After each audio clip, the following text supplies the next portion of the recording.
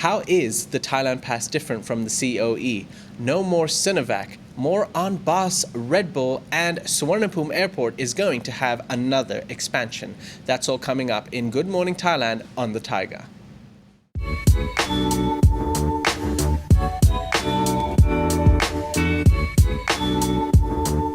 Hello and welcome to Good Morning Thailand.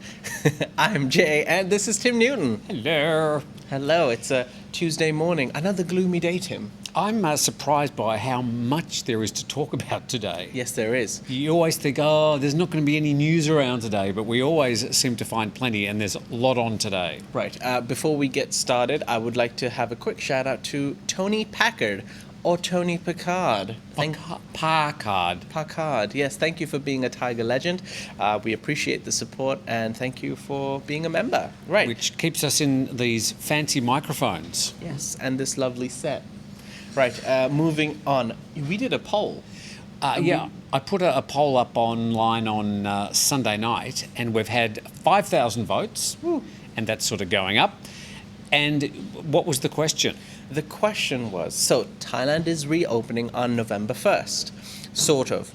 You'll still have to complete paperwork, do a C.O.E, now called the Thailand Pass, stay in quarantine for 24 hours after you arrive, and a lot of Thailand will still be closed, at least for a while. So when will Thailand fully reopen like the good old days? That was the question.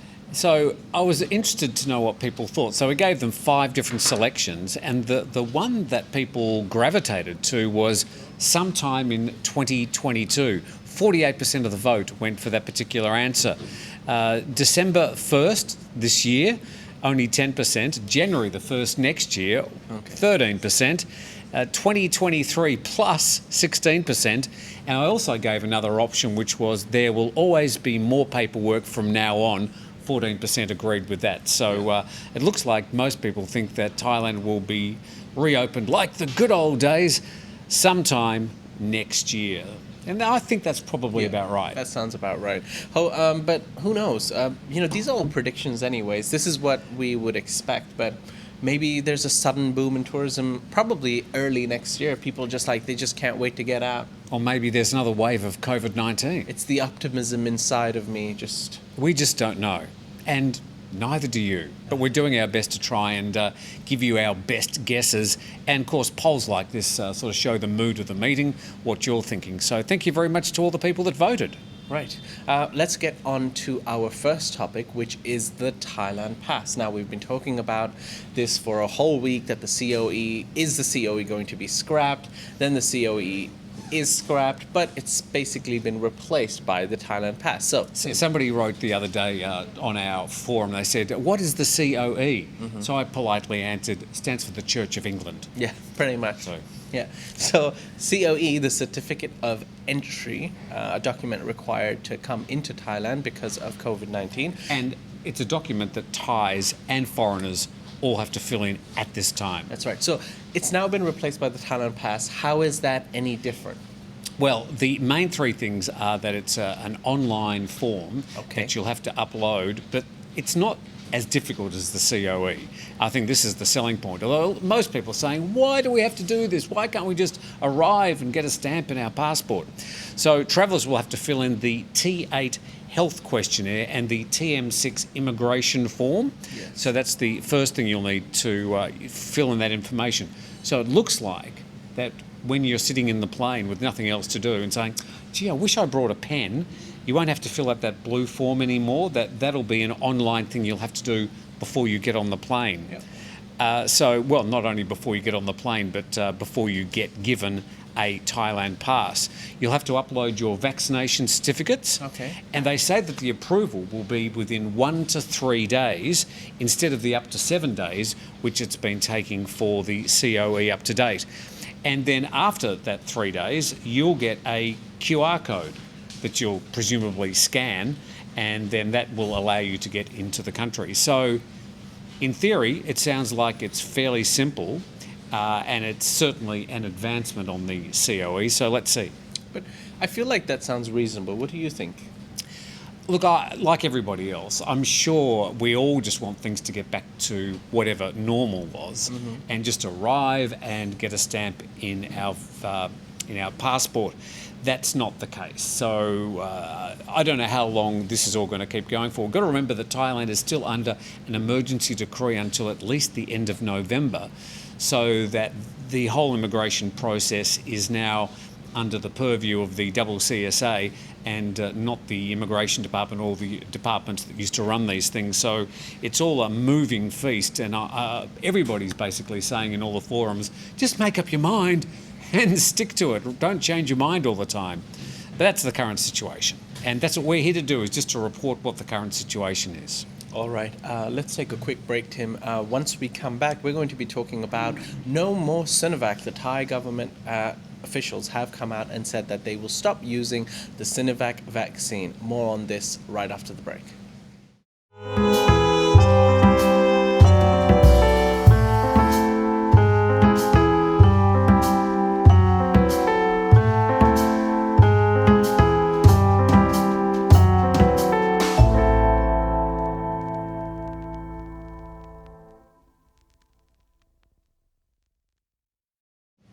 Welcome back. You're watching Good Morning Thailand. Tim, have you had your morning cup of coffee? I've had my morning cup of coffeeculture.asia. Thank you very much for asking. Thank you, coffeeculture.asia, for supporting us. You can use the code TheTiger for a 10% discount at checkout. All right, let's move on to our second topic for today, which is regarding the Sinovac vaccine. Now, Tim, no more Sinovac. Well, you're full of Sinovac.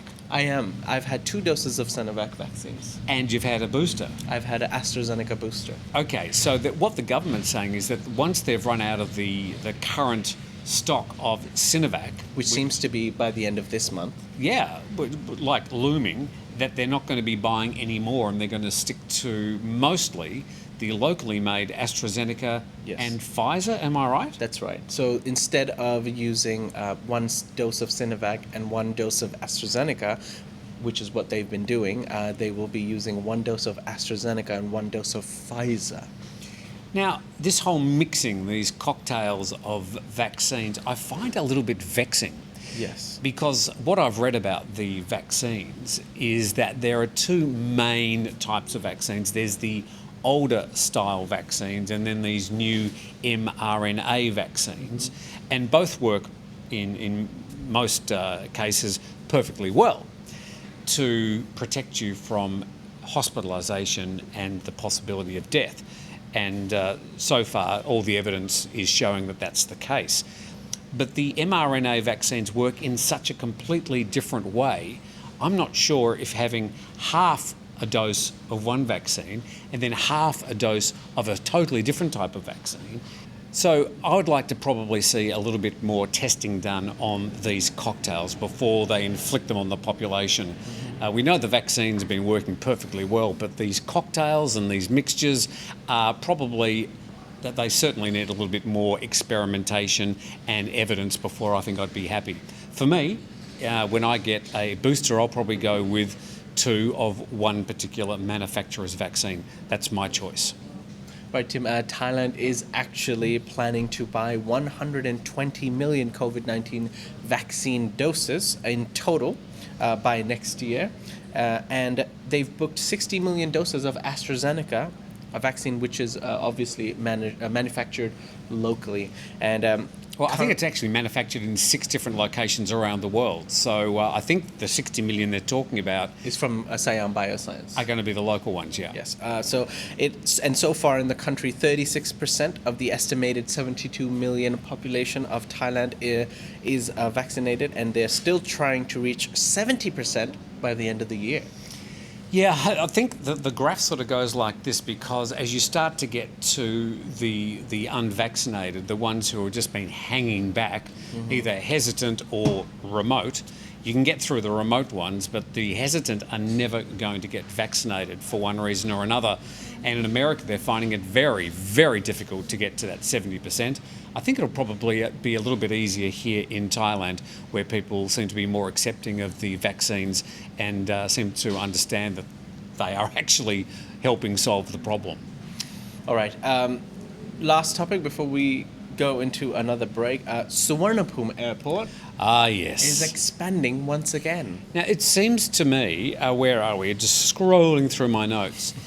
Natty's, by the way, got a full story on the expansion of Suvarnabhumi in the Thailand top stories. But what's happening is Suvarnabhumi Airport, the Transport Minister is saying, I want to accelerate the expansion of the terminals.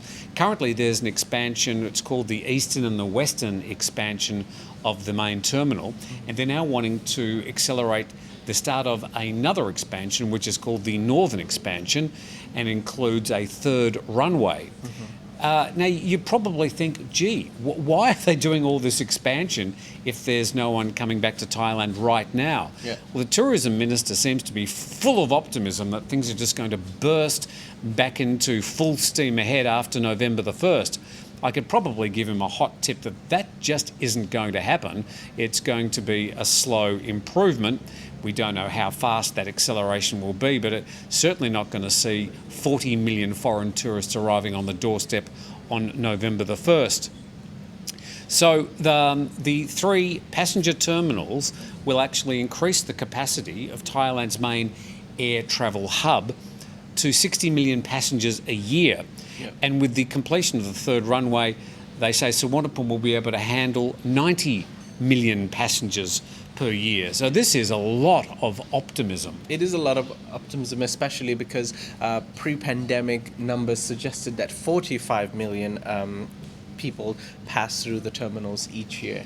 So there needs to be that includes Yeah. the local tourism, of course. Yes. Remember that Bangkok's also got 2 terminals. It's got the Don Mueang, how I say it? Yeah. Terminal, and that's mostly for the what do you call it, the low-cost airlines, Yes. both domestic and international. But Suvarnabhumi still remains the biggest airport in Thailand. Right. We're going to take a quick break and come back with another update on Boss Red Bull, as well as another section in Only in Thailand. So for those of you who've always enjoyed that, stay tuned. We'll be back right after this. And welcome back to Good Morning Thailand. I'm Jay. This is Tim. Tim, you have a quick update on Boss Red Bull. Now, what's been going on? Well, maybe we'll just do a very quick recap that on September the 3rd in 2012, Yes. Boss hit a policeman who was in his 40s. His name was, I don't have his name, which I really should have, Wichian Klamplasert. So he died after being hit by Boss's silver grey Ferrari and dragged along Sukhumvit Road for about 100 metres. Now, there's a whole lot of other things that happened at the scene, but Boss has basically been avoiding reporting to the police since then, and in 2017 fled the country and has, well, sort of not been seen since, although journalists somehow magically are able to track him down from time to time and film him at different events. He's been spotted in the Middle East, in Bahrain. He's also been spotted in London. Now, there's been another committee announced yesterday, a 7-member committee which is investigating serious disciplinary incidents, and they're investigating the former Deputy Attorney General's decision to drop a charge of reckless driving causing death. Not only his decision, but also the decision of another policeman who was providing evidence to the Deputy Attorney General at the time, giving an alternative evidence on the speed that Boss was doing when he had the incident back in 2012. Now, the whole background of this is that there's a 15-year statute of limitations on the charge of drunk driving causing death. Mm-hmm. So if they can push this whole investigation and yak and nothing really happening out to 2027, another 6 years, the Boss will be able to come back into Thailand with impunity and won't be able to be charged on that very serious charge. So that's the latest. Another committee, and they have to report within 60 days, but they can also push the investigation out to 180 days if they need it. So will this committee of 7 people actually come up with any findings and make something happen? Will Boss ever stand trial in Thailand? I don't think so. We don't know, and it's been one of those stories that certainly shows that if you've got the money, if you come from the right family, if you've got the right connections, you can get away with just about anything in Thailand. Wow, right. Okay, let's move on to a little only in Thailand. So, on a lighter side of the episode, let's try to change the mood a little. Here's a picture for you in case you get hungry at night. You know, we've got curfews and you need to stock up on food and items. You can visit your local 7-Eleven. I love this one. Somebody's very creatively come up with a sign for their own little shack surrounded by looks like a building site. So that's their own, and they've actually pinched the logo and everything. I love that. This second picture shows you the current education limitations that kids have in classrooms these days. This is a double banger, and actually, it's not quite as bad as this. This is probably one of the worst case scenarios. Yeah. I love the way they said, well, this is what it's like during class at school, but we'll keep your kids safe. But going back home, throw them in the back Yeah. of a bus, and there you go. One of them not even wearing a mask. Yeah, as long as they're safe while they're studying. It doesn't matter how they get back, as long as they get back. This is the sign put together by a committee, and they couldn't quite decide what on earth the sign is about. What is going on there? I tried reading it and I got really confused. I couldn't. I was like, do we read it horizontally? Do we go down vertically and then move on to the second column? So are you going to go left or right? I don't know. I mean, I'd be going back to reception and saying, could you tell me where to go? And if you want one way to keep people away from your motorcycle whilst you're driving around doing some deliveries, this is one sure way of making sure no one's going to come within 20 metres of you. Well, on the motorbike, Tim, I believe it says he's on a COVID-19 special mission, which is delivering food. So, yeah, not all heroes wear capes. Is that a food delivery? That is. I believe that's the Air Asia food delivery driver. All right. He is on a special mission. Good on him. Providing essential food for people in need. Right, and those are all the pictures for Only in Thailand section today, and those are all the topics for today. Busy show. Actually, I've got one more thing I was going to say because I found this rather amusing. Myanmar. Oh, right. Okay. The local regional basket case at the moment. The Union Minister for Hotels and Tourism. Now, there's a job you'd be wanting in Myanmar at the moment. Yes. He's come out and said that Myanmar is reopening early next year it's reopening in 2022. So, please come back. Now, at the moment, there's still a ban on international flights into Myanmar at the moment. And even Europe's oldest luxury chain, which is called Kempinski Group, they've suspended operations in Myanmar, citing current circumstances. Well, those current circumstances are that the country, since February the 1st, has been under military control, and there's still groups around the country sort of fighting the government troops to try and wrestle control. Myanmar really broken up into a whole lot of different tribal areas. So I'm not sure, hey, honey, let's go to the shopping mall during the morning, then during the afternoon we can go out and watch the military troops killing the civilians. I mean, what on earth would you want to go to Myanmar for at the moment? I would say it would be one of the most dangerous places in the world. Yeah, well, yes, it's had very bad publicity as well lately. It's a beautiful country, but wouldn't be the best time to go right now. And for those people out there who are going to say, oh, well, it's just the same as Thailand, they're both under the control of a military junta, well, it's chalk and cheese. The military junta in Thailand that wrestled control back in May 2014 is now morphed into a quasi-democratic government, and we don't have troops running around shooting civilians. A very, very different situation from that in Myanmar. If I was to recommend anybody whether you should be going to Myanmar next year, unless there's a lot of enormous changes in the next 2 months, I wouldn't be going anywhere near the place. Right. Heavy episode indeed. And those are all the topics we have for today. Tim, anything else to add? That's about it. We talked about the poll. We talked about that. We talked about that. I think that's all That's my about notes. it. That's about it. But it's going to be a heavy Tuesday. We feel it, and we have let you know about it. Anyways, yes, that's all we have for the episode today. Thank you, Tim. Thank you. Thank you, Shai, behind the buttons once again as Jason disappears into the darkness doing his mysterious deeds that we still don't know about. He's got headphones on. He can't hear a word we're saying. Right. And thank you to the viewers for joining us today. We hope you've enjoyed the show, and we'll see you tomorrow.